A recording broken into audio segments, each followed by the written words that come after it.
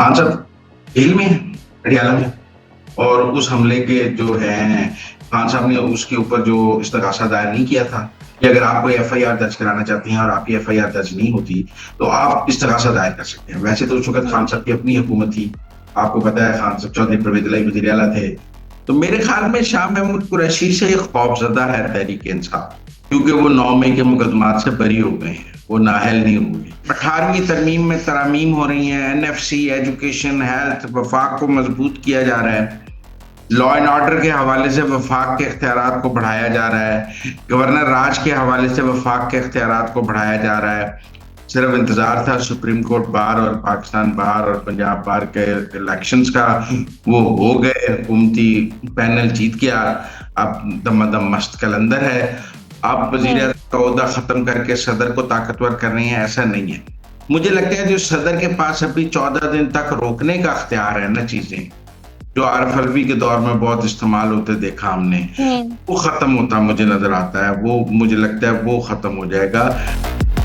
अस्सलाम वालेकुम। Muzammil सोहवर्दी official YouTube channel के साथ मैं हूं आपकी मेज़बान इकरार रियाज। हमारे साथ मौजूद है मुज़म्मिल सोहवर्दी। अस्सलाम वालेकुम, क्या हाल है आपका?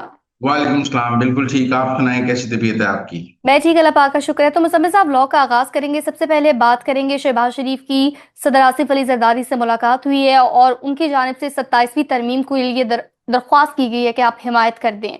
आप बताएं कि जो 27वीं तरमीम है इसके क्या खदोखाल है, और इसके हवाले से तो बिलावल भुट्टो की जानिब से भी ट्वीट की गई है। 27वीं तरमीम पे सब राजी हैं, क्योंकि खदोखाल क्या है ना? देखिए, एक तो मेरे ख्याल में आईनी अदालत बन रही है। आप सुन, अच्छा। हम्म। हाई कोर्ट के जजेस की ट्रांसफर है, मैजिस्ट्रेसी के हम्म। अख्तियारात बहाल हो रहे हैं, एनएफसी को 18वीं तरमीम में तरामीम हो रही हैं, एनएफसी, एजुकेशन, हेल्थ, वफाक को मजबूत किया जा रहा है। लॉ एंड ऑर्डर के हवाले से वफाक के इख्तियारात को बढ़ाया जा रहा है। गवर्नर राज के हवाले से वफाक के इख्तियारात को बढ़ाया जा रहा है। सूबों के हवाले से वफाक के इख्तियारात को बढ़ाया जा रहा है। ये एक बहुत ही कॉम्प्रिहेंसिव तरामीम है, छोटा पैकेज नहीं है, बहुत बड़ा पैकेज है। जुडिशल रिफॉर्म्स का, ब्यूरोक्रेसी की रिफॉर्म्स का, एनएफसी की रिफॉर्म्स का, बल्दियाती इदारों की रिफॉर्म्स का, और उसके अलावा बहुत सारी रिफॉर्म्स है। ये एक बहुत ही तरमीम का एक बहुत अनफिनिश्ड एजेंडा जो था तरमीम का, वो अब 27वीं तरमीम की शक्ल में लाया जा रहा है, और वो हम्म। अगले 4 दिन 5 दिन में आ जाएगी। हम आपको कई दिनों से कह रहे हैं कि 27वीं तरमीम की बाज़गश्त इस्लामाबाद के ऐवानों में सुनी जा रही है। सिर्फ इंतजार था सुप्रीम कोर्ट बार और पाकिस्तान बार और पंजाब बार के इलेक्शंस का, वो हो गए, हुकूमती पैनल जीत गया। अब दमादम मस्त कलंदर है। और इसमें जो सूबाई हुकूमतों के इख्तियारात हैं, वफाक को मजबूत किया जाएगा। आप समझें, ये नहीं है कि कोई सूबा वफाक पर चढ़ दौड़े। और ये बहुत सारे जो इस वक्त जो जैसे शोबे हैं वफाक के पास, सूबों के पास, जो वफाक के पास होने चाहिए, मतलब क्लाइमेट चेंज है, वफाक के पास होना चाहिए, एक नेशनल पॉलिसी होनी चाहिए, सूबे अलग अलग नहीं बनाए। इसी तरह हम्म। आप समझें कि पॉपुलेशन कंट्रोल है, हेल्थ है, एजुकेशन करिकुलम की बात है, बहुत सारी चीजें हैं, वो वापस वफाक के पास आ जाएंगी और आपको एक मजबूत वफाक देखने को मिलेगा। तो मुज़म्मिल साहब, ये शिक नंबर 243 की बात हो रही है 27वीं तरमीम की, ये शिक क्या है? और 27वीं तरमीम की बात करें तो इसमें क्या तब्दीली की जा रही है? देखिए, ये मेरे ख्याल में जो सदर के पास 14 दिन तक रोकने का अख्तियार है ना कोई भी चीज, और 14 दिन हम्म। बाद वापस भेज देने का अख्तियार है, हम्म। और उसमें कोई भी तैनाती है वो उसकी फाइल 14 दिन तक रोक सकते हैं, वो बहुत खतरनाक है। मेरा ख्याल है वो खत्म किया जाएगा, जहां तक मुझे समझ आती है। ये तो हम्म। नहीं हो सकता कि आप कहें कि जिस आर्मी चीफ लगाने में तमाम अख्तियार सदर का होगा और वजीर आजम का नहीं हो सकता। ये नहीं हो सकता, अख्तियार तो वजीर आजम का ही होगा, मुल्क का चीफ एग्जेक्टिव वो है। और वो सब एडवाइस करता है प्रेसिडेंट को, और प्रेसिडेंट प्राइम मिनिस्टर की एडवाइस पे सारे काम करता है। अब क्या प्राइम मिनिस्टर की एडवाइस खत्म हो जाएगी और सदर चलाएगा मुल्क? ये नहीं हो सकता। आप वजीर हम्म। आजम का ओहदा खत्म करके सदर को ताकतवर कर रहे हैं, ऐसा नहीं है। मुझे लगता है जो सदर के पास अभी 14 दिन तक रोकने का अख्तियार है ना, चीजें जो आरफ अलवी के दौर में बहुत इस्तेमाल होते देखा हमने, हम्म। वो खत्म होता मुझे नजर आता है। वो मुझे लगता है वो खत्म हो जाएगा। वैसे मुझे कोई ऐसा नजर नहीं आ रहा कि वजीर आजम के इख्तियारात लेकर सदर को दे दिए जाएंगे और सदर का ओहदा ताकतवर कर दिया जाएगा। और वजीर आजम का ओहदा कमजोर कर दिया जाएगा, ये मुझे नजर नहीं आ रहा। चलिए मुस्तफिल साहब, ये पॉइंट तो आपने वाजे कर दिया, जिस तरह भी आपने आईनी अदालत का जिक्र किया है, तो पीपल्स पार्टी का ये तो अपना मुतालबा है। तो असल सवाल ये कि क्या इसके बदले में जो पीपल्स पार्टी है वो एनएफसी पर सरेंडर कर देगी? देखिए, एनएफसी की कुछ शिकों पर सरेंडर करेगी, तमाम पर सरेंडर नहीं करना। मतलब एजुकेशन हेल्थ जब वफाक के पास आएंगे तो कुछ पैसे भी वफाक के पास आ जाएंगे, कुछ शोबे वफाक के पास आएंगे तो उनके फंड्स भी वफाक के पास आ जाएंगे। और मेरे ख्याल में कुछ सूबों को प्रोविंशियल फाइनेंस कमीशन बनाने पर भी मजबूर किया जाएगा। अभी तो हम्म। देखें ना, सूबाई हुकूमतें बहुत मजबूत हैं, वफाक कमजोर है और नीचे बल्दियाती इदारे हैं ही नहीं। इस तरह मुल्क नहीं हम्म। चल। एक तो बल्दियाती इदारे बनाने को लाजमी आय को आईनी तहफ़्फ़ुज़ देना पड़ेगा, और फिर सूबों को भी पाबंद करना पड़ेगा। जैसे वफाक पाबंद है एनएफसी के तहत, ऐसे सूबे भी को पीएफसी के तहत पाबंद हो। तो मुझे उस जानिब को रास्ता बनता नजर आ रहा है। तो मुजम्मिल साहब, ऐसी क्या वजूहात है कि जिनकी बिना पर विफाक जो है वो अब तालीम और बहबूद आबादी की जो वजारतें हैं वो सूबों से वापस लेना चाहता है? इसके पीछे क्या असल पर्पज है? एक निसाब होना चाहिए पूरे पाकिस्तान में जो पढ़ाया जाए, मैं तो इस बात के हक में हूँ।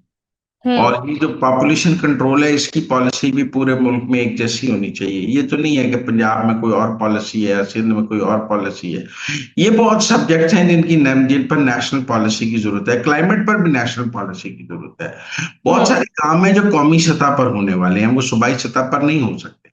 मेरे ख्याल में वो कौमी सतह पे वापस आ जाने चाहिए। ये तजर्बा उनको सूबों को देने का ठीक नहीं साबित हुआ है। बाहर हम्म। डेढ़ की मसाजिद नहीं हो सकती। तो आपको एक कोहर्सिव जो है पॉलिसीज चाहिए, और वो मेरे ख्याल में वफाक के तहत ही बन सकती। तो आज जो मुलाकात हुई है मोहसिन नकवी की चौधरी शुजात हुसैन से, उसका मंजर जरा बताइएगा। पीएमएलक्यू के पास 7 वोट हैं, कौमी हम्म। असेंबली में 7 वोट लेने हैं।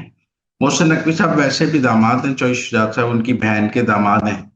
आप समझे, चॉइस मोहसिन नकवी साहब चौधरी बरादरान के घर के दामाद हैं, क्योंकि चॉइस शुजात की बहन के दामाद हैं। वो हम्म। चॉइस शुजात साहब के बेटे हैं, चौधरी सालेक उसके हमजुल्फ हैं। हम्म। ये फैमिली मुलाकात भी है, आप ये ना समझेंगे ये कोई सियासी मुलाकात है। वो शुजात साहब के हम्म। बेटे चॉइस सालेक के हमजुल्फ हैं, चॉइस शुजात साहब की बहन के दामाद हैं। उनके काफी रिश्ते हैं। और मेरे ख्याल में 27वीं तरमीम की भी बात होगी, लेकिन और भी सब कुछ उनका आपस में इकट्ठा ही चल रहा है।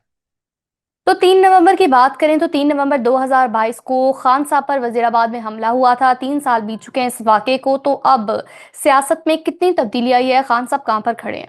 खान साहब जेल में है, पटियाला में। और उस हमले के जो है, खान साहब ने उसके ऊपर जो इस्तगासा दायर नहीं किया था। खान साहब अपने जो मुल्जमान जिनको कहते थे, उनके पास कानून के मुताबिक ये हक हासिल था कि वो उनके ऊपर इस्तगासा। देखें, कानून में ये राय मौजूद है कि अगर आप कोई एफआईआर दर्ज कराना चाहते हैं और आपकी एफआईआर दर्ज नहीं होती, तो आप इस्तगासा दायर कर सकते हैं। वैसे तो उस वक्त खान हम्म। साहब की अपनी हुकूमत थी, आपको पता है। खान साहब चौधरी परवेज इलाही वजीर आला थे, और एफआईआर हम्म। चौधरी परवेज इलाही ने खान साहब के कहने पे नहीं दर्ज की थी, जो खान साहब कह रहे थे। लेकिन खान साहब हम्म। के पास उसके बाद रास्ता था कि वो इस्तगासा दायर कर सकते थे। उन्होंने इस्तगासा भी दायर नहीं किया। और आज तो ये कहा जाता है कि वो सारा एक ड्रामा था, क्योंकि उसके बाद वो कई माह पलस्तर दायर करके बांध के फिरते रहे। फिर एक दिन जब उनको इस्लामाबाद के हाथ से रेंजर्स ने गिरफ्तार किया, तो प्लस्तर भी गायब हो गया और वो दो टांगों पर भागने लग गए। आए वो व्हील हम्म। चेयर पे थे और भागते हुए निकल गए।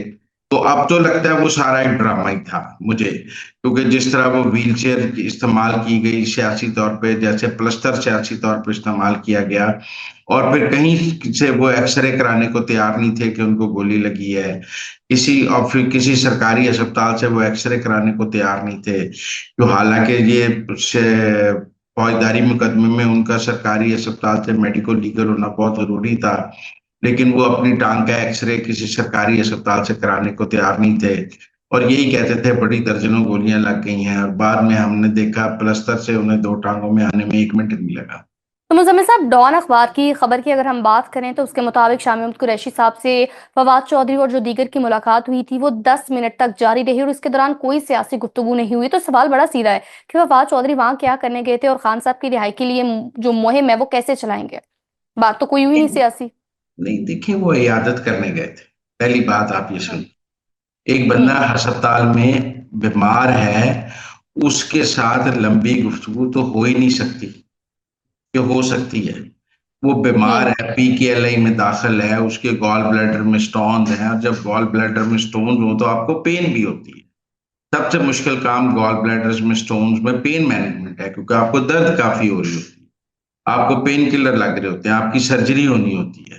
तो 10-15 हम्म। मिनट की मुलाकात ही किसी मरीज से हो सकती है, आपको मरीज से घंटों गप्पे तो नहीं लगा सकते।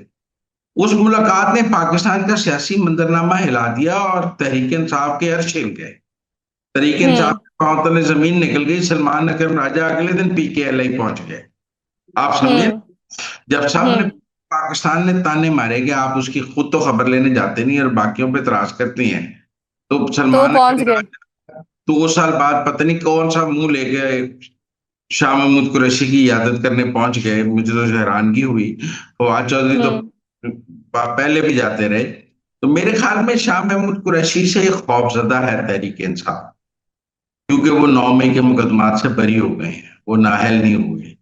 उनकी बरियत जो है वो खतरे की तरह तहरीक इंसाफ और इमरान खान के ज़हन में बज रही है। तो मुज़म्मिल साहब, इलेक्शन ट्रिब्यूनल की बात करें तो उनकी जानिब से वज़ीर आला पंजाब मरियम नवाज का इलेक्शन दुरुस्त करार देते हुए मेहर शराफत अली की जो इलेक्शन पिटिशन थी उसको मुस्तरद कर दिया गया है। तो इस पर आप क्या कहेंगे? मुस्तरद हो गई तो मुस्तरद हो गई, वो अपील करें। लेकिन वो तो कहते हैं कि मरियम नवाज जो है हमारे सामने बैठकर साबित करें कि उन्होंने धांधली नहीं की। अगर साबित हुआ तो 2 करोड़ जुर्माना देकर मैं सियासत छोड़ दूंगा। उन्हें किस तरह से फैसले सुनाए जाएंगे तो वो मानेंगे? भाई, इस मुल्क में फैसले मेहर शराफत ने तो नहीं करने, अदालतों ने करने हैं। वो कह अदालत रहे हैं सामने बैठे हैं। तो अदालत में तरीका यही है कि दोनों के वकील आर्गू करते हैं। इसी हम्म। निजाम के तहत इमरान खान के मुकदमे चल रहे हैं, इसी निजाम के तहत पूरा हम्म। पाकिस्तान चल रहा है, इसी निजाम के तहत मरियम नवाज के मुकदमे चल रहे हैं।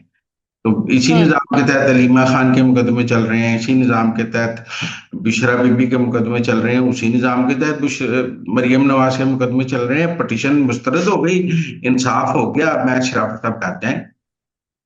यानी वो जस्ट स्टेटमेंट देके थोड़ा लाइमलाइट में रहना चाह रहे हैं। हाँ, अपने जस्टिफाई कर रहे हैं अपने आप को, जो कि बात ठीक नहीं है। तो नाज़रीन, अब तक के लिए इतना ही। आप देखते रहिए मुज़म्मिल सॉवरदी official YouTube channel. Like share subscribe जरूर कीजिएगा, फीडबैक से भी आगाह कीजिएगा।